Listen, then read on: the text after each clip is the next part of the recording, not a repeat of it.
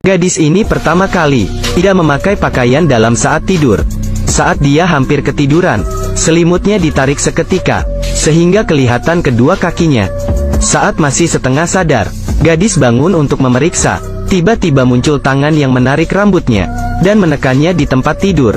Rupanya adalah ayahnya gadis itu. Gadis itu bertanya, "Kenapa?" Ayahnya tidak menjawab. Dia melihat ke arah badan Sunwo dengan tatapan yang menggelikan. Saat dia melihat ke bawah lagi, dengan fokus dia melihat Sunwo. "Putriku sudah tumbuh dewasa." Gadis yang sangat kasihan. Dia sangat ketakutan. Badannya sudah gemetaran. Ayahnya perlahan-lahan melepaskan tarikannya. Kemudian mengelus mukanya. Air matanya turun dari pipinya. Saat Sunwo mengira akan terjadi sesuatu, ayahnya malah pergi meninggalkan dia. Ayahnya pergi meninggalkan Sunwo yang terdiam tanpa kata. Keesokan pagi, ibunya seperti biasa menyiapkan sarapan. Sunwo duduk terdiam. Hatinya sangat kacau. Dia berpikir apakah perlu memberitahu kejadian semalam ke ibunya. Adiknya turun dari tangga. Adik kecil juga datang ke meja makan. Ayahnya Sunwo dengan senang hati duduk di sampingnya, seperti tidak terjadi apapun kemarin. Sunwo mengingat kembali muka ayahnya kemarin, yang sangat menakutkan. Tapi saat ini, ayahnya seperti kembali ke normal lagi. Sunwo segera pergi. Semua orang kebingungan. Ibunya meletakkan sup di atas meja dengan keras, membuat mereka semakin bingung. Ibunya hanya diam, kemudian dengan lahap memakan makanan, seperti beberapa hari tidak makan. Semua kelakuan aneh ini membuat semua orang semakin takut. Adiknya memuntahkan makanan dan bilang, "Terlalu asin." Ibunya mengambil segenggam telur, kemudian memasukkan ke mulut seperti orang gila. Apa yang terjadi pada sekeluarga ini? Setelah pindah masuk ke rumah ini, sekeluarga ini semakin aneh. Di dalam halaman rumah, seorang tetangga yang membuat patung aneh. Pagi hari, tiba-tiba muncul hewan yang tak berkulit. Yang paling aneh adalah ayahnya yang berkeliaran tengah malam. Ibunya semakin aneh. Cara makannya sangat teruk. Kemudian dia memberikan makanan ke anaknya, tapi anaknya tidak ingin memakannya. Setelah melihat ke ayahnya, ayahnya berkata, "Jika tidak ingin makan, maka tidak usah makan." Namun saat itu tatapan ibunya menjadi seram. Dia meletakkan makan di atas meja. Kemudian dia melempar piring-piring. Anak-anak ketakutan hingga gemetaran. Ibunya semakin emosi. Dia memukul meja dengan emosi, berteriak, "Kalian tidak tahu bersyukur?" Dia melihat anaknya dengan tatapan tajam. Anaknya ketakutan hingga menangis. Mereka tidak pernah berpikir ini adalah awal mimpi buruk mereka. Gadis ini mandi dengan air hangat. Dirinya tidak tahu. Saat dia menutup airnya dan membersihkan embun di kaca, kembarannya membuat dia terkejut. Kembarannya meletakkan wajah di kaca. Rupanya hanya bercanda. Keduanya kembali ke kamar. Gadis itu memberitahu Hyunjo tentang kejadian kemarin, tentang ayahnya ke kamar dia. Namun Hyunjo tidak percaya. Dan saat itu juga, ayahnya masuk ke dalam kamar. Keduanya segera menghindar. Semua kata-kata tadi terdengar jelas oleh ayahnya. Saat dia lagi bertanya kepada kedua kakak beradik, tangannya masuk ke kotak pensil, kemudian mengambil pisau, dan mengeluarkan pisaunya. Ayahnya berjalan ke arah mereka.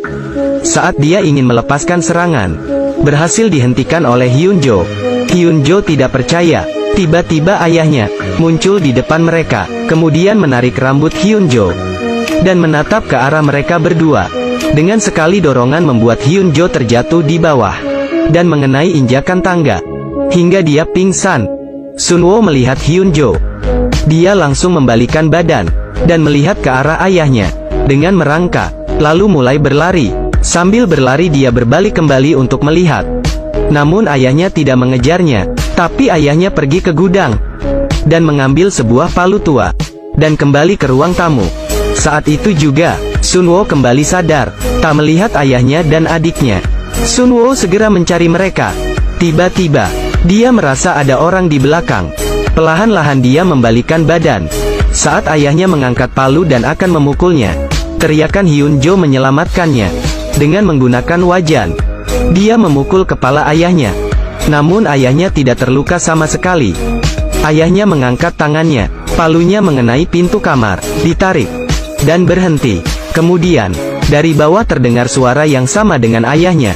Ayah asli sudah kembali. Pria ini meletakkan palu dan kembali ke kamar. Pria yang sama persis, dari bawah naik ke atas dengan kebingungan. Melihat kedua putrinya yang bersembunyi ketakutan. Kakinya menginjak palu dan melihat ke arah pintu kamar yang rusak. Lalu berkata, "Kalian bertengkar?" Kedua orang tidak berani menjawab pertanyaan ayahnya. Saat itu, adiknya yang masih kecil keluar dari kamar. Saat Sun Wo menyuruhnya segera pergi, tiba-tiba tangan wanita keluar dan mengambil palu itu. Adiknya melihat itu. Ayahnya berbalik badan, melihat istrinya yang sedikit aneh. Istrinya tidak mengeluarkan suara. Perlahan-lahan dia mendekat. Kemudian, langsung mulai memukul. Pukulan kedua, pukulan ketiga. Semuanya gagal mengenai suaminya. Sekeluarga ini ketakutan. Istrinya melihat ke arah kedua putrinya. Kemudian mengangkat palunya, dan memukulnya. Beberapa pukul mendarat di mereka. Tanpa pikir panjang, ayahnya memeluk ibunya. Tapi dia langsung didorong. Ibunya mengeluarkan senyuman yang aneh. Melihat sekeluarga ini, dia menyimpan senyumannya, dan segera pergi. Kakinya menginjak kaca, dan melewait kakinya. Kemudian ditarik keluar lagi, seperti tidak merasakan sakit. Kemudian dia masuk ke kamar. Tiba-tiba, dari bawah terdengar suara istrinya. Dengan menutup mulutnya, dia naik ke atas dengan terkejut. Pria itu kembali melihat ke arah kamar. Siapa orang yang tadi? Tapi, dia masih sangat takut dengan istrinya. Kemudian dia membuka pintu kamar itu. Dalamnya tidak ada orang sama sekali. Tapi, palau yang bercak darah ada di atas lantai. Palau yang bercak darah ada di atas lantai. Terlihat oleh pria itu. Ibunya mendekati kedua putrinya. Namun putrinya ketakutan dan segera menghindar. Keesokan hari, pria itu menelpon adiknya agar dia membantu menyelesaikan masalah itu. Pada sore hari itu, adik yang bekerja sebagai pastor datang ke rumah abangnya. Dia sempat bilang ke abangnya tentang apa yang dia lihat. Tapi abangnya tidak percaya, sehingga membuat hubungan mereka semakin jauh. Malam itu, sekeluarga memutuskan untuk tidur bersama. Tengah malam, adik kecil terbangun karena kebelet pipis. Dia tidak mengganggu orang lain. Anak bungsu yang polos ini, saat dia sendiri masuk ke toilet, bayangan anak kecil yang sama persis melewatinya.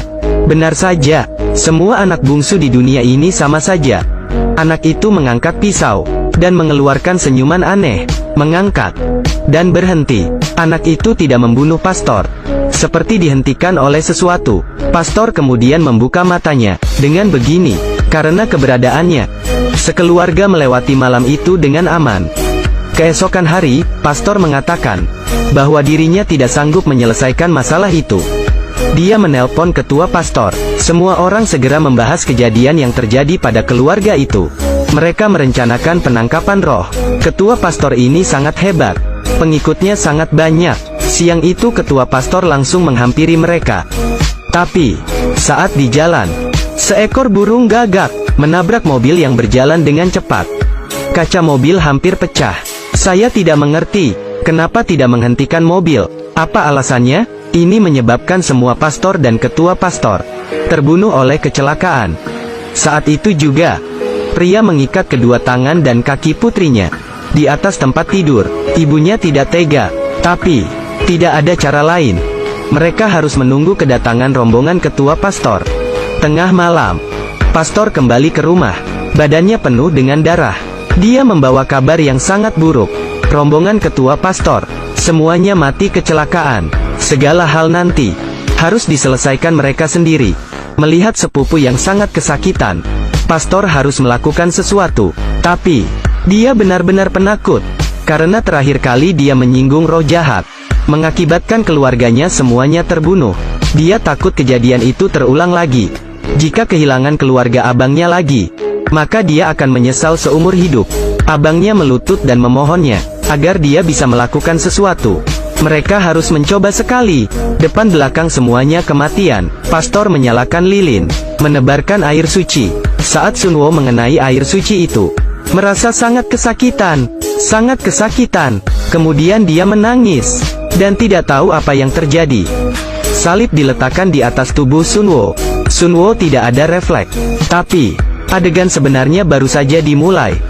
Gadis ini, rombongan ketua pastor, semuanya mati kecelakaan. Segala hal nanti harus diselesaikan mereka sendiri.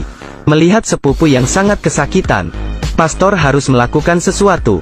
Tapi dia benar-benar penakut, karena terakhir kali dia menyinggung roh jahat, mengakibatkan keluarganya semuanya terbunuh. Dia takut kejadian itu terulang lagi. Jika kehilangan keluarga abangnya lagi, maka dia akan menyesal seumur hidup. Abangnya melutut dan memohonnya agar dia bisa melakukan sesuatu. Mereka harus mencoba sekali.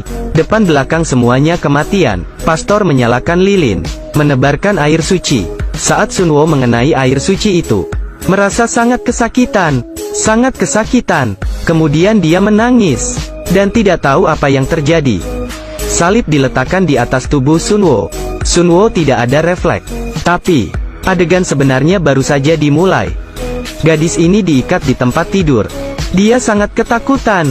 Pastor sambil menyambuk. Sunwo sangat kesakitan, hingga terus berteriak. Keluarga yang melihat itu sangat sedih, dan sangat sakit hati. Dia berteriak, kenapa? Kenapa harus begitu menyiksanya? Pastor bertanya ke ayahnya. Apakah masih terus dipukul? Ayahnya membulatkan hati, dan mendekati Sunwo. Dengan lembut dia menekannya, dan melepaskan ikatan. Sunwo terus menangis. Pastor mengeluarkan salib, dan meletakkannya di atas badan Sunwo, disertai dengan tangisan gadis itu.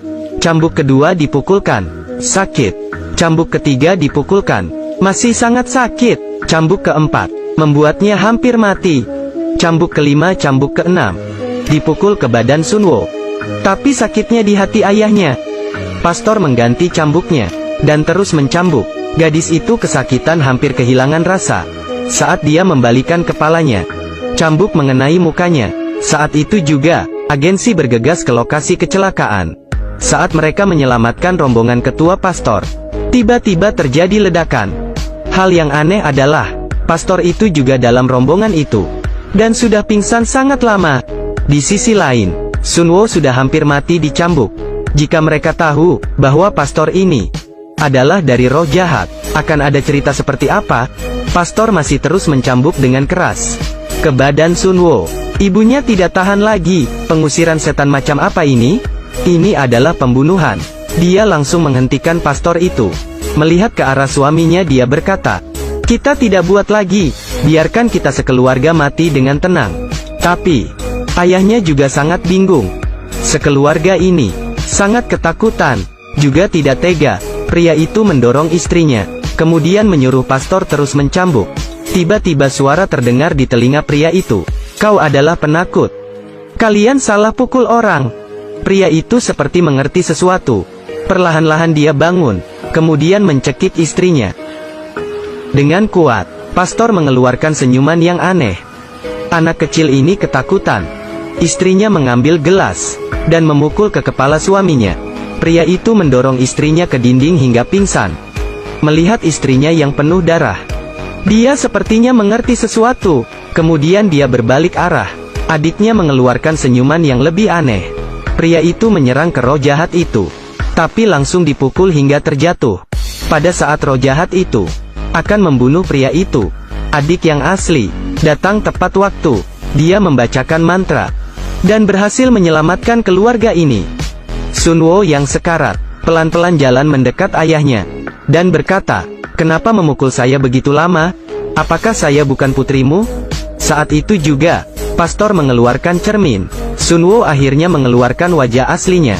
Pastor memutuskan untuk membawa roh itu di dalam tubuhnya, bersama dengan roh jahat, pergi ke surga, dan dihukum.